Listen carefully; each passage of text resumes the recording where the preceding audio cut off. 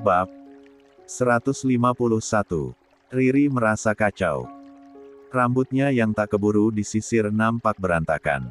Sebagian besar keluar dari ikatannya. Lingkar mata begitu menghitam dengan perut sesekali bersuara. "Ibu?" Riri lelah, "Bu." Lirihnya diikuti jatuhnya air mata. Siva yang semula digendongnya, terpaksa diletakkan sebentar di atas kasur karena tangannya begitu pegal. Ingin diregangkan sejenak. Hal itu tentu saja membuat bayi itu semakin kencang menangis. Bahkan wajah Siva sampai memerah saking kencang dan lamanya tangisan. 89. Tak tega, akhirnya Riri kembali mengambil bayi itu lalu berusaha menyusuinya. Mulut mungil Siva pun begitu bersemangat begitu disodorkan pefting kehidupan untuknya. Menyedot dengan kencang seolah begitu lapar. Tapi tak lama kemudian, pefting itu dilepaskannya lagi dan kembali menangis. Membuat Riri kembali frustasi dan bingung harus apa. "Kamu lapar ya, nak? Air sefsu ibu sedikit ya?" ujar Riri dengan air mata semakin membasahi pipinya. Hingga kini, bukan hanya Siva yang menangis tapi juga Riri. Ia ikut meraung karena lelah dengan keadaan. Sore tadi, seluruh anggota keluarga Romi memang pergi ke acara pesta kerabat mereka. Meninggalkan Riri seorang diri. "Kalau kamu lapar masak sendiri. Soalnya kami mau makan sepuas mungkin di acara pesta nanti," tutur Bu Riana sebelum berangkat. "Baik, Ma. Tapi sebelum berangkat, tolong sediakan sefsu formula untuk Siva, Ma. Kasian dia." Asi Riri belum begitu lancar, pinta Riri mengiba. Gak ada. Gak ada formula-formulaan. Sekali dikasih sefsu formula nanti keterusan. Nanti dia bingung pefting terus gak mau menafsu lagi pada ibunya, kamu mau. Sefsui aja terus yang telaten. Gunakan itu dua-duanya masa gede gitu gak berguna sama sekali, timpal Bu Riana ketus. "Mas." Riri berganti menatap Romi dengan mengiba. Berharap suaminya itu akan mengerti. Karena sesungguhnya proses menafsui bagi ibu baru tak semudah yang dipikirkan. "Kamu gak dengar kata Mama? Lagian ini sudah sore. Mau langsung berangkat?" jawab Romi tak kalah ketus. Akhirnya Riri pun pasrah saat seluruh keluarga itu benar-benar pergi. Dan kini, ia kesusahan sendirian karena tak ada yang mampu menolongnya. Riri melirik jam dinding. Angka pendeknya sudah menunjuk ke angka 10 malam lebih. "Mas Romi sama Mama kok lama sekali?" keluh Riri. Ia meraih ponsel lalu menelepon ayah dari anaknya itu. Sayangnya tak diangkat. Pun saat menelepon ke nomor sang ibu mertua. Perut Riri terus saja melilit karena belum diisi makanan. Gegas ia mengusap air mata yang membanjiri wajahnya lalu berjalan cepat keluar kamar. Meninggalkan Siva yang masih menangis kencang. Riri membuka tudung saji. Helaan napas meluncur dari bibirnya kala tak mendapati apapun. Hanya ada sisa nasi yang sudah mengeras di dalam magicom. Terpaksa ia pun memindahkan nasi itu ke dalam piring dan memakannya dengan tergesa. Tak ingin membiarkan perutnya kelaparan lebih lama. Butiran nasi yang masuk ke mulutnya bak butiran pasir di tenggorokannya. Keras dan tak ada rasanya. Meski begitu, Riri tetap meneruskan suapan demi suapan dan mengabaikan tangisan Siva yang tak kunjung mereda. Setelah menghabiskan nasi tanpa lauk itu, Riri bergegas minum air putih sebanyak mungkin agar merasa kenyang. Saat hampir meneguk air putih dalam gelas terakhir, tiba-tiba Riri kepikiran sesuatu. Apa aku kasih Siva air putih saja agar tak lagi kehausan? Tapi kata dokter, bayi di bawah 6 bulan tak boleh diberi apapun selain ASI atau susu. Pikir Riri kebingungan mencari solusi. Kepalanya hampir tak lagi bisa berpikir jernih karena peliknya keadaan. 90. Suara lengkingan Siva yang masih menangis di keheningan malam, membuat naluri Riri sebagai seorang ibu merasa iba. Setelah meletakkan piring kosong ke tempat cuci piring, Riri bergegas melangkah cepat menuju kamarnya. Ia pun langsung menyambar bayi mungil yang terus saja menjerit-jerit itu dari tempat tidur lalu mendekapnya erat. "Maafkan Mama, Nak. Maafkan Mama. Mama ninggalin Siva sendirian ya. Siva takut." Riri terus saja bersuara sembari menimang-nimang sang putri. "Sayang, sudah dong nangisnya. Apa Siva gak capek? Sekarang Siva nen sambil bobo ya. Mama barusan sudah makan. Semoga air susvinya bisa keluar lagi," tutur Riri lembut. Ia meletakkan bayinya di atas tempat tidur. Sedikit memiringkan tubuhnya dengan cara mengganjalnya dengan guling kecil. Selepas itu ia ikut berbaring di samping putri. Bersiap mengasihi putrinya itu. Seperti biasa, awal-awal Siva begitu bersemangat menyedot. Tapi setelah beberapa detik, dilepaskan lagi dan kembali menangis. "Ya Allah, bagaimana ini? Gimana asiku bisa keluar kalau makanan aja gak ada gizinya? Fisik dan batinku lelah luar biasa," keluh Riri kembali frustasi. "Astagfirullah ya Allah. Jangan biarkan aku mengambil jalan pintas dengan membahayakan anakku sendiri. Aku gak punya pilihan lain." Riri merasa putus asa. Kesabarannya nyaris habis karena tak tega dengan kondisi putrinya itu. Merasa pikirannya sudah buntu, akhirnya Riri pun menggendong Siva dan membawanya ke dapur.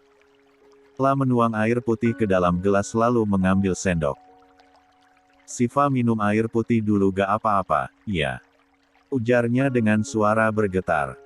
Tangannya ragu-ragu menyendok air putih itu dan mendekatkannya ke mulut Siva. Meski tahu hal itu dilarang, tapi ia bingung harus apa untuk mendiamkan anaknya. Hampir saja sendok itu menyentuh mulut Siva, Riri keburu mendengar suara ketukan di pintu depan. Lekas ia meletakkan kembali sendok itu dan berjalan menuju depan sambil menggendong Siva. "Sepertinya papamu pulang, Nak. Tenang ya. Sudah nangisnya," kata Riri di sela-sela pijakan kakinya. Riri lekas membuka pintu. Berharap memang suaminya yang pulang. Nyatanya, bukan sosok itu yang ada di hadapannya sekarang. "Maaf, Mbak, malam-malam gini saya ganggu. Soalnya saya dengar bayi Mbak nangis terus-terusan gak berhenti-henti." "Kenapa, Mbak? Anaknya sakitkah?" tanya orang yang rumahnya bersebelahan itu. Ini, Bu. Sepertinya kehausan. Air susu saya belum lancar keluarnya. Sementara saya belum sempat stok susu formula. Orang-orang rumah juga lagi pada keluar jadi gak ada yang bisa diminta tolong," beber Riri sejujurnya. "Astagfirullah, kasihan sekali bayinya," timpal wanita yang usianya diperkirakan di atas 50 tahun tersebut. "Begini, 91 saja, kalau gak keberatan, saya punya susu cucu saya. Bukan baru sih, sudah dibuka dan digunakan setengah. Kebetulan sekarang ASI anak saya sudah lancar jadi susu itu sudah gak digunakan lagi. Barangkali Mbak mau?" lanjutnya menawari. Mata Riri langsung berbinar cerah mendengarnya. "Mau, Bu. Mau sekali. Soalnya saya juga bingung harus ngapain." "Baiklah. Sebentar saya bawa dulu, ya," balas ibu-ibu tersebut seraya berbalik. Sementara Riri berkali-kali mengucap hamdalah atas pertolongan yang tiba-tiba ini. Ia yakin, semua itu tak lepas dari campur tangan Tuhan di saat yang sangat tepat. Selama bukan kita yang zalim pada orang lain, tenang saja. Jalani dulu semuanya dengan ikhlas. Lalu ambillah kesempatan terbaik itu untuk sering-sering berdoa dan meminta pada Tuhan. Karena sejujurnya, saat kita dizalimi, maka tak ada penghalang untuk semua doa yang dipanjatkan. Riri tiba-tiba teringat kutipan singkat dari ceramah yang pernah didengarnya saat tengah hamil dulu. Itulah sebabnya dia masih mencoba bertahan tanpa menyerah lebih dulu.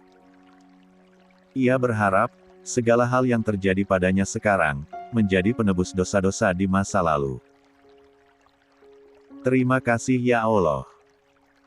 Aku yakin pertolongan darimu akan selalu ada, batin Riri. Di saat kondisinya sedang begitu buruk, ia masih mampu tersenyum meski samar. Ini, Mbak, Sefsunya. Semoga abis ini, bayinya berhenti nangis ya. Dan semoga Sefsunya cocok. Lamunan Riri terhenti kala ibu tadi kembali lagi lalu menyerahkan Sefsu padanya. Sekali lagi makasih ya, Bu.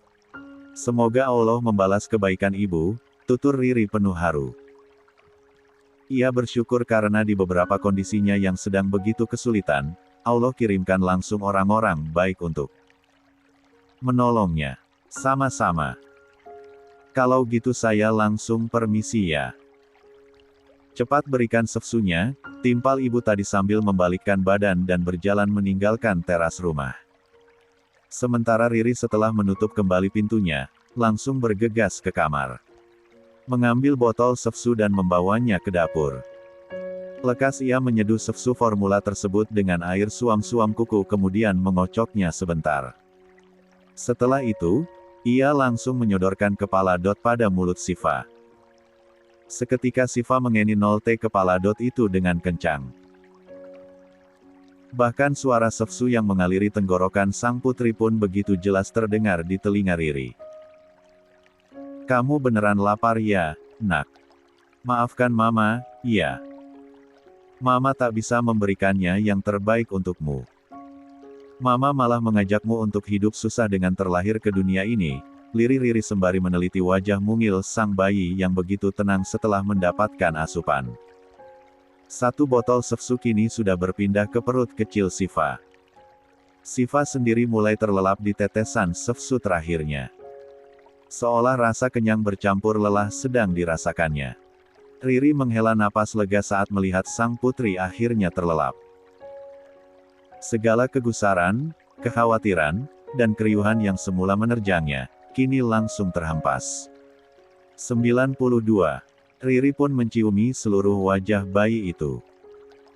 Kemudian dengan pelan-pelan dan penuh kasih sayang, ia letakkan sang bayi di atas tempat tidur.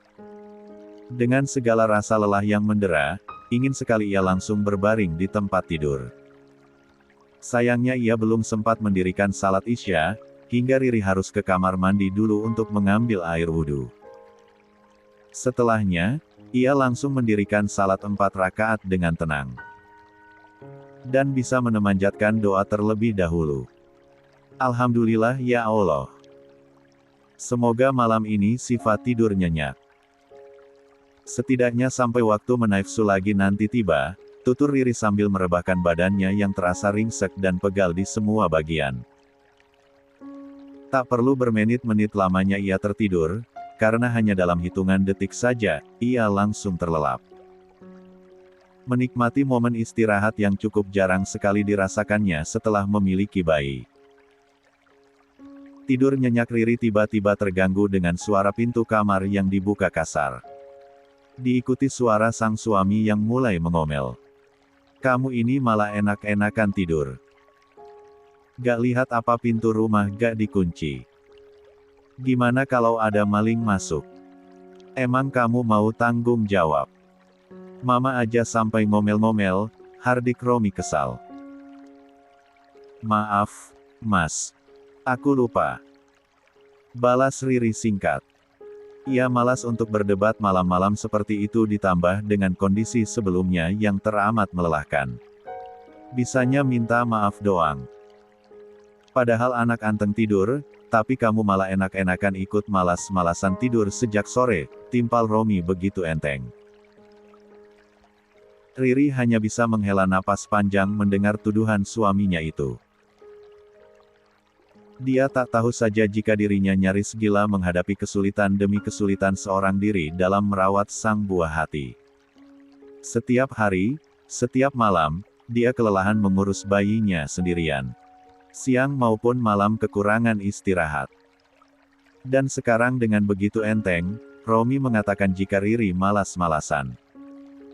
Padahal suaminya itu tak pernah sekalipun membantu dirinya meski hanya sekadar mengganti popok atau menimang bayinya walau sebentar, menggantikan sang istri. Silakan kamu terus-terusan sakiti aku, Mas, zalim padaku.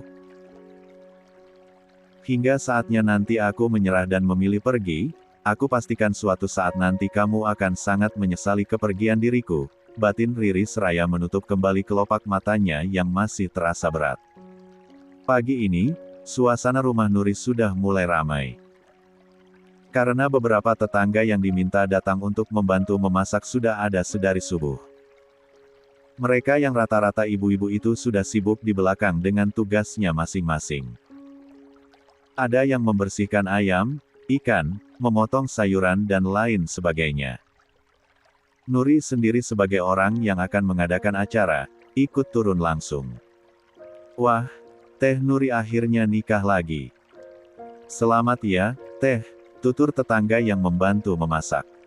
Belum, baru mau lamaran. Nuri tersenyum simpul. Iya tapi kan sudah pasti nikah lagi. Ini aja mau nentuin tanggal, balas ibu-ibu bertubuh tambun tersebut. Amin. Doanya saja ya ibu-ibu.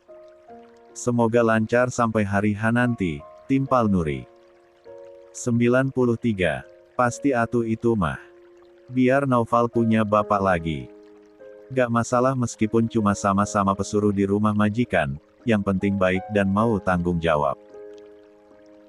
Soal rezeki mah nanti juga ngikutin. Daripada sama si Rahmat, banyak uang sih, tapi kan sombong, belagu, mana sukanya nyakitin perempuan. Para ibu-ibu begitu bersemangat berujar. Maklum, hampir semua wanita merasa kesal pada lelaki yang suka menyakiti perempuan. Nuri hanya tersenyum sambil mengangguk. Satu yang ia sesalkan. Kenapa profesi calon suaminya harus dibawa-bawa dan dibandingkan? Padahal meski Ricky memanglah seorang pekerja di tempat dirinya bekerja, tapi Ricky bukanlah pekerja biasa. Nuri memang tak tahu berapa pendapatan yang didapat calon suaminya itu setiap bulan. Toh itu tak terlalu dipikirkan Nuri. Ia memilih laki-laki itu hanya karena kebaikan dan tanggung jawabnya. Sementara materi adalah nomor sekian. Namun, melihat gaya Ricky, Nuri yakin jika calon suaminya itu tidak seperti dirinya yang benar-benar hanya seorang pekerja. Di dalam rumah, Ricky sedang menemani Naufal bermain. Anak lelaki itu sudah mulai membuka hatinya dan mau diajak bermain bersama. Seolah dia tahu dan mengerti pada seseorang yang memang memiliki perasaan tulus. Naufal menang. Naufal hebat. Ricky sengaja mengalah saat bermain agar calon anak tirinya itu merasa jika ia memang mampu dan bisa. Tuh, kan, Oval bilang Oval pasti bisa. Jadinya Oval menang. Om kalah, ujar Naufal cadel. Iya, Naufal kan hebat. Kelak nanti akan jadi orang hebat juga, balas Ricky antusias. Di ambang pintu dapur, Nuri memerhatikan kedekatan anak dan calon ayahnya itu. Ia tersenyum merekah. Bahagia. Naufal, mandi dulu yuk. Mainnya nanti lagi, ajak Nuri seraya mendekat. Mas juga buruan mandi. Acaranya akan dimulai sejam lagi. Nanti orang-orangku keburu datang, lanjutnya sambil menatap Ricky. Baiklah. Nanti aku mandi setelah Naufal, jawab Ricky. Nuri mengangguk lalu menuntun Naufal menuju belakang. Sementara Ricky berkali-kali mengambil napas panjang. Jantungnya mulai deg-degan saat waktu acara semakin mendekat. Wajar saja, karena ini kali pertama dia akan melamar seorang wanita. 1 jam berlalu, Ricky sudah siap dengan pakaian terbaiknya. Pun dengan Nuri. Ia terlihat sangat cantik meski hanya mengenakan gamis dengan polesan make up sederhana hasil tangannya sendiri. Keduanya sudah duduk di ruang tengah dengan jarak berjauhan. Ricky ditemani Reyhan sementara Nuri ditemani sang ibu dan Naufal. Di ruangan itu pula sudah dipenuhi banyak orang. Di antaranya para tetangga, beberapa aparat desa, dan orang yang dituakan di desa tersebut. Bagaimana? Apa acaranya sudah bisa dimulai? Tanya seorang ustadz yang akan memimpin acara. Sudah Pak Ustadz, jawab ibunya Nuri. Ustadz itu mengangguk lalu segera memulai acara dengan bacaan bismillah bersama-sama, dilanjutkan dengan perkenalan singkat dari sang tamu yang tak lain adalah Ricky serta maksud kedatangannya ke desa tersebut. 94. Bagaimana Neng Nuri? Apa Neng mau menerima maksud Kang Ricky tadi? Tanya sang Ustadz.